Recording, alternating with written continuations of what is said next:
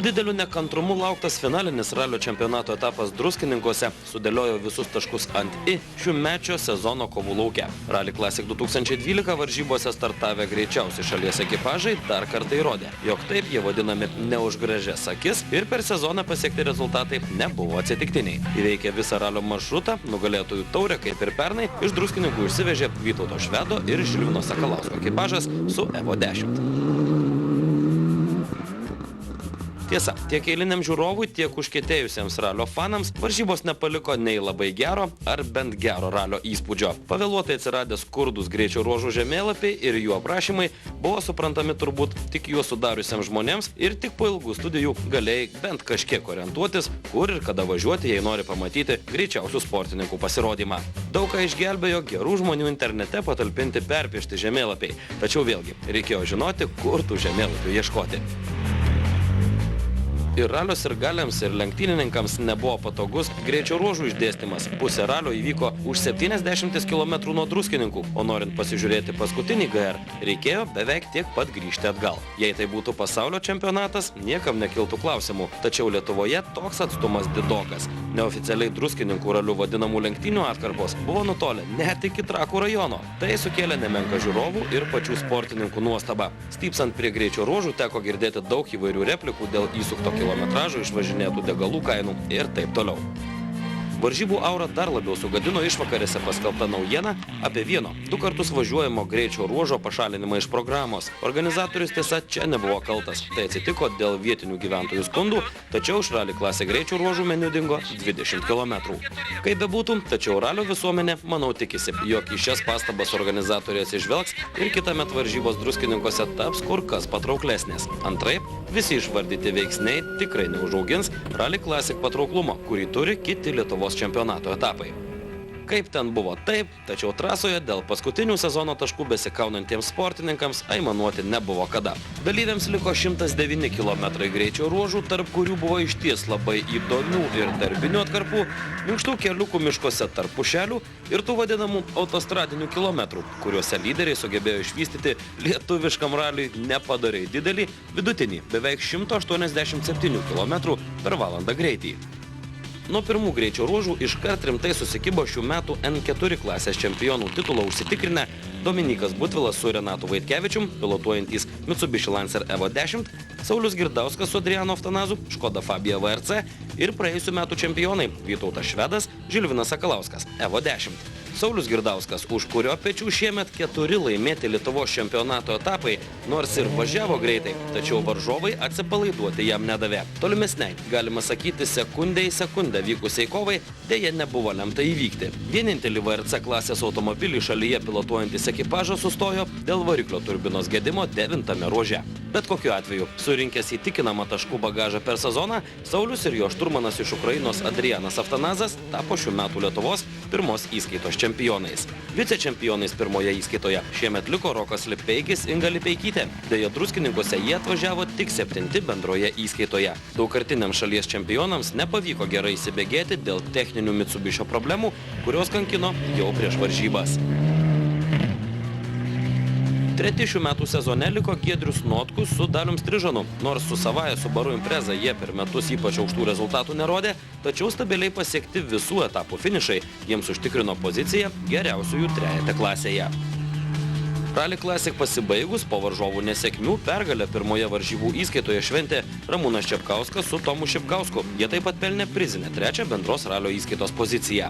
Nors šių metų čempionato suvestinėje klasėje ekipažas liko tik 4, tačiau dėl to labai nesigaili. Žinoma, norėtųsi būti tarp prizininkų, tačiau 2 nebaigtos varžybos šiemet viską sudėliojo kitaip. Bent jau naują automobilį atvedėme į protą. Kitąmet tikrai turėtume būti greitesni, sakė Rally Classic pirmos vietos laimėtojas pirmoje įskaitoje. Greičio ruožai iš tikrųjų sudėtingi, velniškai sudėtingai buvo ir greitų vietų, ir miškas. Ypatingai pasodintas greičio ruožas, kuris atimė tiek jėgų, kad aš jau galvojau pasodintose kilometruose, kada baigsis, nes ir prakaitas pradėjo žliogti ir įtampa buvo didelė. Mūsų sezonas šis nebuvo pats geriausias iš tikrųjų, nes mes pasigaminome naują automobilį nuo 3 etapo ir tiesiog dėl vadinkim, dėl mūsų ekipažo klaidos nebaigėme 2 ralių, tai tokie buvom nelabai patenkinti.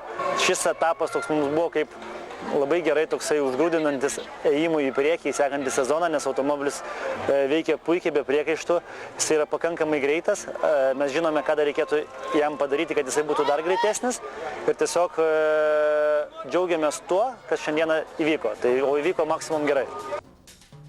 Druskininkų ralyje dėl garbingiausio trofėjaus efektingai grūmėsi 2 nuolatiniai varžovai – Vytautas Švedas ir Dominykas Butvilas. Analogiškus automobilius vairuojantys sportininkai visų varžybų metu viens kitą laikė ant labai trumpo pasaitėlio. Varžybų pradžioje labai smagiai spustelėjo ir pirmavo Dominykas, tačiau 4 ruožo starte dėl nesuveikusios starto programos jo ekipažas padarė falšstartą ir buvo nubaustas 10 sekundžių bauda.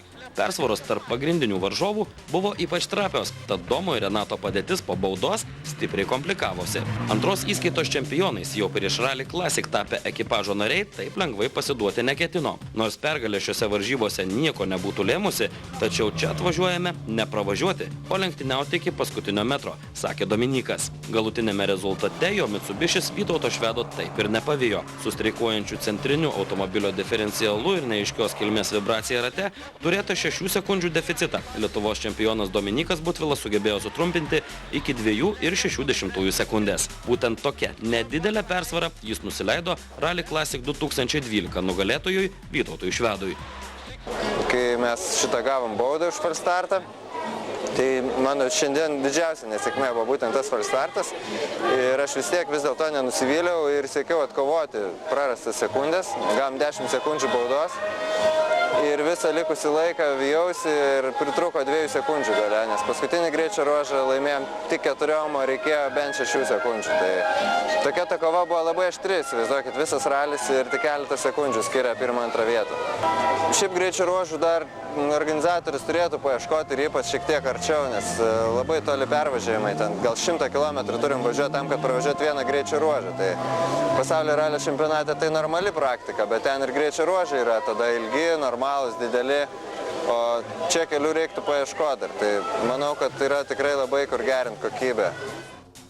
Šiemet ralio druskininkuose pirmojo prizininkų trejeto pavardės nepasikeitė nuo praėjusių metų. Nepasikeitė ir nugalėtojai – Vytautas Švedas su Žilvinu Sakalausku. Po to, kai Dominykui Butvilui buvo skirta bauda už falšstartą, kauniečio ekipažas gavo neblogą šansą ir jo tikrai neketino praleisti.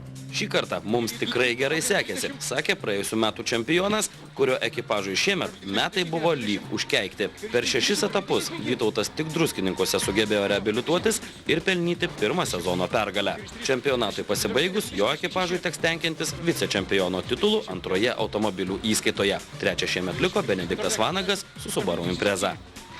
Iki paskutinio metro šiandien kova žūtbūtinė, nuožmi ir labai džiaugiuosi, kad Dominykas sudaro tokią konkurenciją ir kad tikrai labai smarkiai tobulėja. Ir be abejo, manau, kad jeigu bus kiti metai, tai kiti metai bus itin konkurencingi ir itin įdomus. Jaučiau, kad negaliu padaryti nei menkiausios klaidos, kuri galėtų priversti mane pasitraukti iš lenktynių. Tai, vadinkim, reabilitacija druskininkuose pavyko. Ir reabilituojasi žmonės druskininkuose nuo įvairių negandų, ligų. Reabilitavausi šiandien savo psichologinės bėdas, savo psichologinės problemas ir labai stengiausi, labai norėjau šiandien laimėti. Smagu, kad pavyko pabaigti sezoną bent jau taip. Tarp viena šimi varomų automobilių Rally Classic 2012 lenktynėse greičiausias buvo Justo Tamašausko Vaido Šmigelsko duetas su Opel Astra. Dėl gedimų iš žaidimo iškritus labai greitiems ir rezultatui pavojingiems duvedė Edvino Pagirsko, Dovilo Čiutelės, Karolio Raišio ekipažams 16 numerių pažymėta Astra regis be konkurencijos prasuko visus greičio ruožus ir pakliuvo į 10 greičiausių Rally Classic ekipažų. Justas su Vaidu nuo artimiausio viena šimi varomo automobilio ekipažo Civica pilotuojančio Gintauto Šlepiko Luko Vasyliaus dueto pabėgo minute, o artimiausia varžova 6 įskaitoje Igno Taletavičiaus Renault Clio Opel Astra vairuojantis ekipažas aplenkė daugiau nei 2 minutėmis. Tiesa, čempionato klasės suvestinėje Justas Tamašauskas liko tik 4, mat nebaigė pusę sezono varžybų. Guosti gali nebent tai, jog įveikti etapai visuomet baigdavosi ant aukščiausio prizininkų pakylos laiptelio. šiek tiek turėjome streso iš pat ryto, automobilio variklyje dingo tepalo slėgis, tai mus išmušė iš ritmo radikaliai, tačiau viską pavyko sutvarkyti iki pat starto. Dėl to nesiekiau iš tikrųjų rezultatų, norėjusi kuo greičiau, kuo daugiau nuvažiuoti kilometrų. Ir konkurentų, sakykime, tiek Gintautas Šlepikas, tiek Karolis Raišys, tiek Ignas Taletavičius, jie yra be proto greiti lenktynininkai ir tikrai nepasakyčiau, kad tai yra tikrasis tempas. Vėlgi, visą laiką būdavo kova tarp dviejų varomų. Tikrai niekad nebūdavo to, kad vienas pabėga ir viskas. To nėra niekada. Ir šiandien buvo. Taip. Padaro vienas klaidą, padaro kitas klaidą. Tai yra natūralu. Didžiulė konkurencija tarp dviejų varomų. Ir neįmanoma nepadaryti klaidos, nesam robotai. Važiuojame visi greitai ir darome klaidas. Paskutiniam Lietuvos ralio čempionato etapui Rally Classic pasibaigus, pagal preliminarius duomenis, trečioje įskaitoje čempionai šiemet tapo Arūnas Lopetaitis su Richardu Abelkiu, Renault Clio. Nors ekipažas Druskininkuose nestartavo dėl patirtos avarijos ir skaudžiai sudaužyto automobilio treniruočių metu, tačiau taškų sportininkai buvo sukaupę tiek, jog tai neturėjo jokios įtakos. Ketvirtoje įskaitoje dar viena čempioniška Renault Clio, šeimininis Pauliaus ir Ramūno Nanartavičių ekipažas. Šioje klasėje šiemet virė ypač atkakli ir permaininga kova, tad sezono metu iškovota pergalė turėtų būti labai skani. Šeštoje klasėje čempionu tapo žiūrovų numylėtinių ekipažas, visuomet ovacijomis lydimas Dovilo Čiutelės ir Aleksandro Dainio duetas su Lada. Nors Druskininkuose raudonojo žaibo variklis neatlaikė, tačiau ankstesniuose etapuose padarytas darbas davė labai apčiuopiamą rezultatą. Na ir septintos klasės pilotų įskaitoje čempionu bus paskelbtas Jonas Pipiras su Renault Clio, o šturmanų suvestinėje nugalėtoja tapo Gabrielė Baubinaitė. Mat atskirai vedamų antrų vairuotojų įskaitoje sportininkai dažnai keitėsi. Stabiliausiai septintoje klasėje lenktyniavusi čempione ir bus paskelbta Gabrielė, kuri su tėčiu Richardu Baubinu laimėjo 3 etapus klasėje. Štai ir viskas. Finaliniu etapu Rally Classic Druskininkuose Lietuvos čempionatas pasibaigė. Nors įvairių nedidelių ralio varžybų šalyje tikrai dar bus ne vienerios, tačiau visą ralio desantą Lietuvoje išvysime tikrai negreitai. Tradiciškai naujas čempionatas startuos 2013 sausį Utenoje, kur varžybomis Winter Rally bus atidarytas naujas sezonas.